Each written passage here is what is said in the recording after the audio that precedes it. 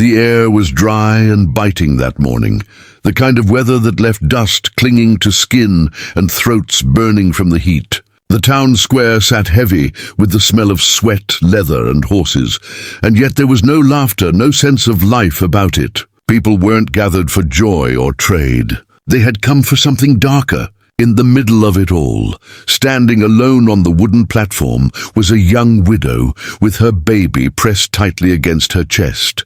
Her dress was worn thin, its hem frayed where it brushed against her ankles. Her hair, once cared for, now hung in uneven strands that clung to her cheeks, damp with sweat and tears she had fought too long to hold back. The child in her arms whimpered softly, little fists curling into the fabric of her blouse. She hushed him with a trembling whisper, rocking him gently as if her body could shield him from the reality of what was unfolding. Her knees wanted to give way beneath her, but she stayed upright. She had no choice. The auctioneer's booming voice cracked across the square, each word striking her like a blow.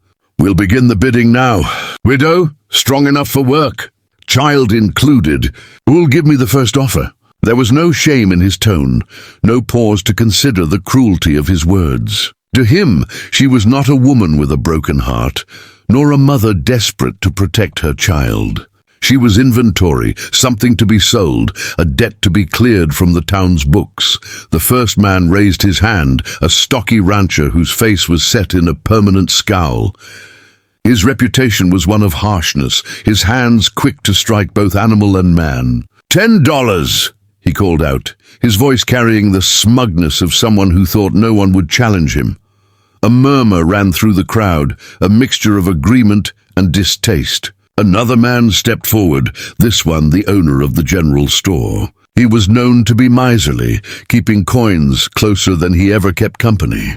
15, he barked. His eyes lingered too long on the widow, cold and possessive, as though already imagining her behind the counters of his shop. Doing his bidding without protest, the widow pressed her lips together and kept her gaze fixed on the ground. She couldn't bear to meet those eyes, to see the way these men looked at her as though she were no different from a mule or a wagon. The baby shifted restlessly in her arms, his tiny face wrinkling with the beginnings of a cry. She bent her head low and pressed her lips to his soft hair, whispering, "It's all right, my darling. Mama's here. I won't let them hurt you." But the truth was a bitter one, pressing down on her chest like a weight she couldn't throw off. Her husband had been taken from her in an instant, a rail accident that left her alone in a world that had no pity for widows. The debts he left behind grew like weeds, and with no family to claim her, no one to step in, the town council had decided this was the answer. She was to be auctioned, sold to a man who would take care of her as though that meant anything other than servitude. The auctioneer's chant went on, the numbers climbing higher, voices rising from different corners of the square. Some came from men she knew in passing, men who had never spoken a kind word to her before, but now had no hesitation offering coin to claim her. Others were strangers, their eyes narrowing with calculation as they weighed the value of an extra pair of hands on their land. Her legs trembled. Her heart pounded so loud she thought the crowd must hear it. She wanted to scream, to tell them she wasn't theirs to buy, but her voice was trapped in her throat. If she spoke, if she resisted, she knew they would only laugh. They would call her foolish, ungrateful, and still the outcome would be the same, going once. The auctioneer called, raising his hand. The widow's breath hitched. Her eyes closed tight, and she held her baby so close he whimpered in protest. She could feel the ground tilting beneath her, her knees begging to buckle. Her heart whispered run, but her mind knew there was nowhere to go. If she fled, they would drag her back, and the punishment would be worse than this humiliation. The auctioneer's voice rose again, going twice. And then it happened. A sound broke across the square, a deep rumble at first, then louder, sharper, until it echoed off the buildings and silenced even the loudest jeer. Hooves.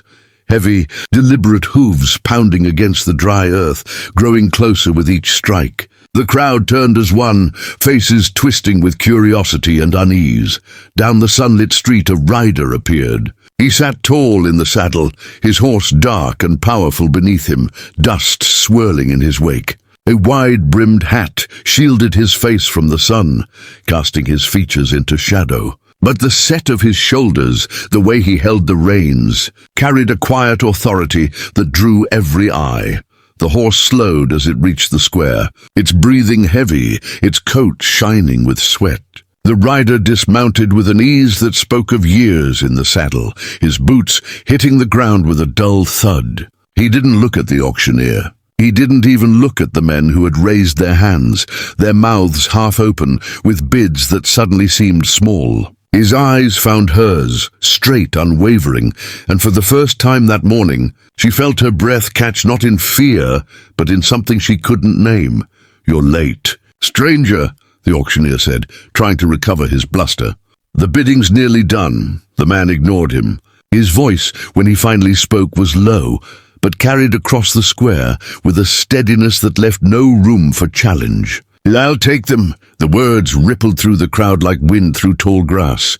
Murmurs rose, questions, objections. One man called out angrily, "You can't just claim them without bidding." Another spat into the dirt, muttering about fools and wasted time.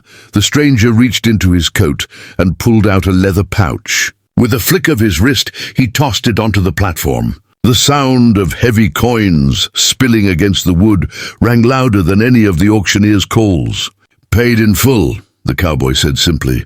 The auctioneer blinked, his greedy fingers already twitching as he snatched the pouch. The weight of it was more than any of the other bids combined, and his eyes lit with the glint of silver. Clearing his throat, he forced a smile.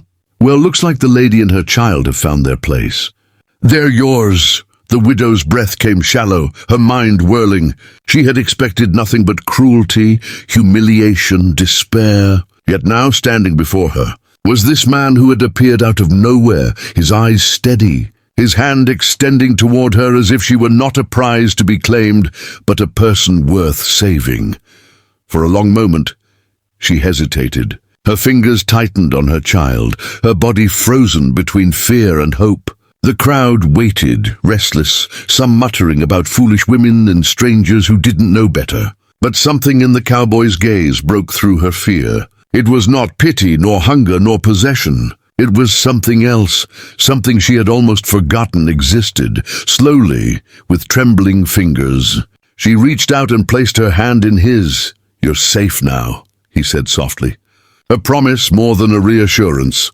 The crowd began to scatter, some shaking their heads, others laughing under their breath. But the widow hardly heard them. The cowboy guided her down from the platform with a gentleness that made her eyes sting with tears. When her knees buckled, he steadied her without hesitation, and when the baby stirred and whimpered, he took the child into his arms as though it were the most natural thing in the world.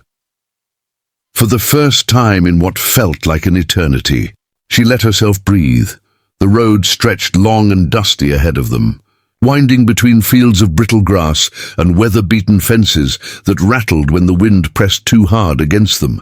The widow sat stiff in the saddle, her baby nestled in the crook of her arm, while the cowboy guided the horse with an easy grip on the reins. His other arm rested firm around her waist, steady but not demanding, simply there to keep her from sliding off when the animal shifted beneath them. She had not spoken much since they left the town square, and he hadn't asked her to. The silence between them was heavy, yet it was not uncomfortable. It was the silence of someone who had endured too much and needed time to believe she was no longer in danger. The child stirred, fussing softly. She rocked him against her, whispering words too low for the cowboy to hear, though he caught the tone, a mother's desperate attempt to soothe not only her child, but herself. The wind carried the smell of dust and sagebrush, and in the distance, the land began to rise into low hills dotted with cattle. The horizon seemed endless, the kind of view that either broke a person with its loneliness or gave them a sense of freedom. After some time, her voice finally rose, thin and hesitant. "Why did you do it?" The cowboy glanced down at her.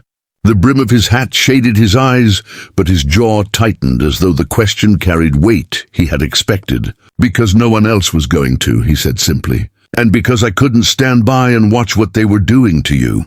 Her brows furrowed, her gaze lowering to the baby's small face. "You don't even know me. You don't know what debts follow me, what troubles I carry." He shifted slightly in the saddle, keeping his eyes on the horizon. "I don't need to know every detail to see a good woman being treated like cattle."